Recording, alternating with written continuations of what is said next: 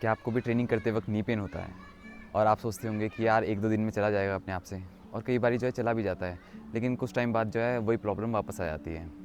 तो ये चीज़ दिखाती है हमें कि ना कुछ जो है फंडामेंटली गलत चल रहा है। नी पेन जो है ना करीबन हर एक एथलीट ने फेस किया होगा कभी ना कभी, लेकिन इंडियन एथलीट्स के लिए ना जो है नॉर्मल बन चुका है, और कहीं ना कहीं इसका जो सबसे बड़ा रीज़न है वो आप खुद हैं। मैं बताता हूँ कैसे।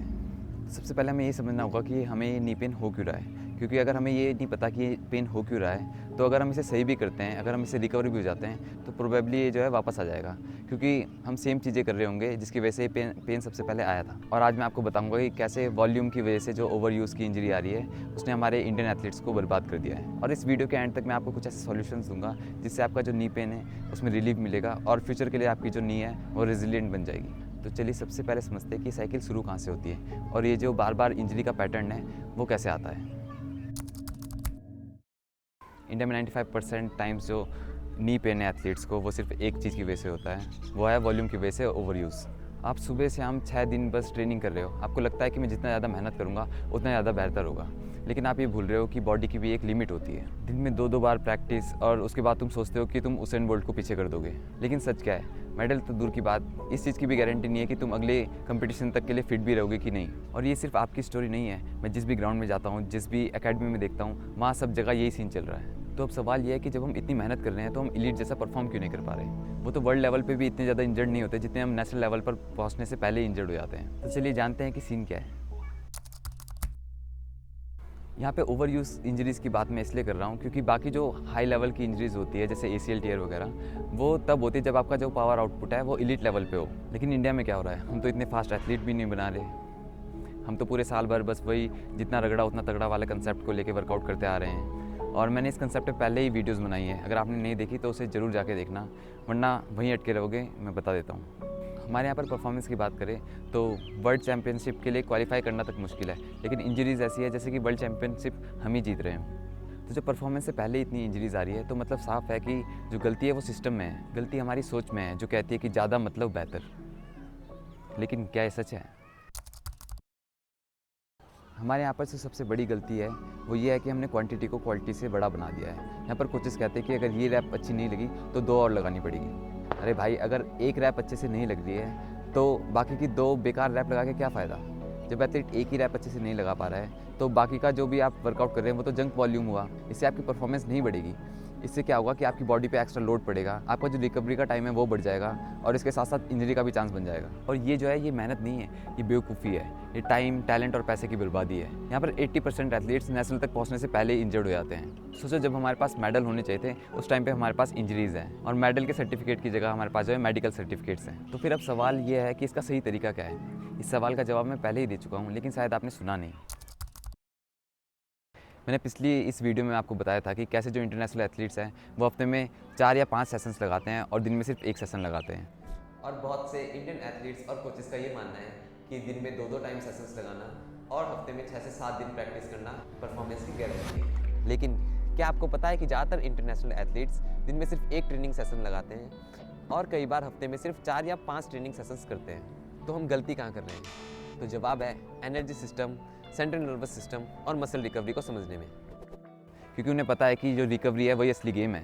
रिकवरी के बिना आपकी परफॉर्मेंस नहीं बढ़ने वाली। वहाँ रिकवरी जो है ट्रेनिंग का हिस्सा होता है, वहाँ पर स्मार्ट वर्क किया जाता है, और यहाँ पर हार्ड वर्क के नाम पर बस गधों वाली मेहनत चल रही है। तो अब ये कहना बंद करो कि इंजरी हो गई, ये मत कहो कि हमारी किस्मत ख़राब है। किस्मत ख़राब नहीं है, आपका जो ट्रेनिंग का अप्रोच है वो ख़राब है, और कहीं ना कहीं इसके लिए आप खुद जिम्मेदार हो। लेकिन अब रोने धोने से कोई फ़ायदा नहीं है, जो हो चुका है वो हो चुका है। अब इसके आगे क्या करना है? क्या आपको अभी भी दर्द को सहते सहते जो है अपना करियर बर्बाद करना है, या फिर आप एक नए चैप्टर को लिखने के लिए तैयार हो? अगर आप यहाँ तक वीडियो देख रहे हो तो इसका मतलब है कि आप सीरियस हो। तो अब अपने ट्रेनिंग का अप्रोच बदलो, और यही आपके करियर के लिए रीस्टार्ट पॉइंट बनेगा। सबसे पहले ये समझो कि रेस्ट ही ट्रेनिंग है। आप जो दिन में 2-2 बार ही वर्कआउट कर रहे हो उससे जो है आपकी बॉडी को रिकवरी के लिए टाइम नहीं मिल रहा है। इस वजह से जो है आपकी बॉडी पे बहुत ज़्यादा लोड बढ़ जाता है। अगर आप उस लोड की कंडीशन में वर्कआउट करते हो तो इंजरी का सबसे ज़्यादा चांस बनता है, और नीज़ पे आपका जो है बहुत ज़्यादा लोड आता है। अगर आप फटीग की स्थिति में ज़्यादा वर्कआउट कर रहे हो, हाई इंटेंसिटी वर्कआउट कर रहे हो, हाई क्वालिटी वर्कआउट कर रहे हो, मसल्स है वो उतने अच्छे से कोऑर्डिनेट नहीं कर पाएगी और इंजरी का चांस बनेगा। और ये एक बहुत बड़ा कारण है आपकी इंजरी का। ओवर यूज़ की इंजरी यहीं से आती है, क्योंकि आपकी जो मसल्स है, आपका जो नर्वस सिस्टम है वो अच्छे से रिकवरी नहीं हुआ है, और आप उसके ऊपर जो है और लोड देते जा रहे हो।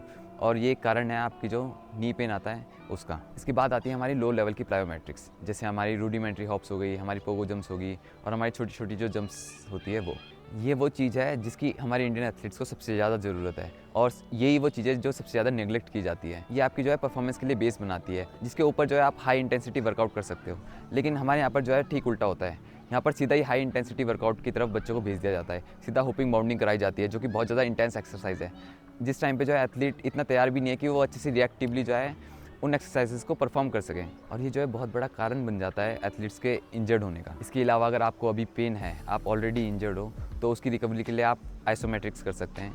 आइसोमेट्रिक्स में आप कर सकते हैं वॉल सिट्स और स्पेनिश स्क्वाट कर सकते हैं आप। इसके अलावा आप कर सकते हैं इसेंट्रिक्स। इसेंट्रिक्स में आपने स्क्वाट की तरह करना है, लेकिन आपको जो डाउन जाने वाला फेज़ है वो स्लो ले आना है, जैसे 5 सेकंड का डिसेंट, तो उसमें आप 5 सेकंड तक डाउन जा रहे हैं, 1 2 3 4 5 एंड देन अप, ऐसे करके आपको स्लोली जो है नीचे जाना है और उसके बाद अप आना है। ऐसे में क्या होगा, आपकी जो मसल्स है वो कंटिन्यूसली आपके जो है टेंडन को पुल करती रहेगी और आपकी जो टेंडन स्ट्रेंथ है वो इम्प्रूव होगी, आपकी जो नी हेल्थ है वो इम्प्रूव होगी। इसके अलावा एक कारण ये भी हो सकता है कि आपकी जो क्वाड्स की मसल है या आपकी जो ग्लूट्स वगैरह की मसल है या आपकी जो काफ की मसल है वो टाइट हो, तो उसके लिए आप जो है फोम रोलिंग कर सकते हैं। आप मसाज गन से जो है मसाज कर सकते हैं, वो उन मसल्स को रिलीज़ करने में हेल्प करेगी। और इसका ध्यान आपको जो है वार्म अप्स और कूल डाउन में भी देना पड़ेगा, क्योंकि अगर आप ढंग से कूल डाउन नहीं कर रहे हैं तो प्रोबेबली चांस है कि अगले दिन या अगले सेशन में जो है आपको मसल्स टाइट मिलेगी। तो इसलिए आपको कूल डाउन और वार्म अप में भी अच्छे से ध्यान देना है। इसका एक और कारण हो सकता है, वो है आपके शूज़। कई बार क्या होता है एथलीट के शूज़ पुराने हो जाते हैं और साइड से घिस जाते हैं, और इस वजह से एथलीट का जो पैर है वो टेढ़ा पड़ने लग जाता है, और अगर वो बार बार ऐसे ही पड़े तो वो नी पेन का जो है एक बहुत बड़ा कारण बन जाता है और इंजरी का भी बहुत बड़ा कारण बन सकता है। तो अब चॉइस आपकी है, आपको रोज़ जो है दर्द के साथ ट्रेनिंग करनी है या फिर स्मार्ट तरीके से रिकवर होने के बाद जो है अपनी पर्सनल बेस्ट परफॉर्मेंस देनी है। तो वैसे तो ये वीडियो नी पेन से शुरू हुआ था, लेकिन ख़त्म हो रहा है एक करप्ट सिस्टम की सच्चाई पर। असली गलती हमारी नीज़ में नहीं है, असली गलती है हमारे ट्रेनिंग के तरीक़ों में। अगर आपको लगता है इस वीडियो ने आपकी आंखें खोली है, तो आप भी इस रेवोल्यूशन का हिस्सा बने। इस वीडियो को हर उस कोच, हर उस एथलीट को भेजें जो सोचते हैं कि मोर इज़ ऑलवेज़ बेटर, कि ज़्यादा करके ही जो है ज़्यादा अच्छी परफॉर्मेंस आएगी। कमेंट में बताओ कि कौन सी चीज़, कौन सी बात जो है आपको सबसे ज़्यादा हिट करी। इसी के साथ मिलते हैं अगली वीडियो में, तब तक के लिए स्मार्ट ट्रेनिंग करो, ना कि सिर्फ हार्ड ट्रेनिंग। और इसी के साथ मिलते हैं अगली वीडियो में, तब तक के लिए जय हिंद, जय भारत।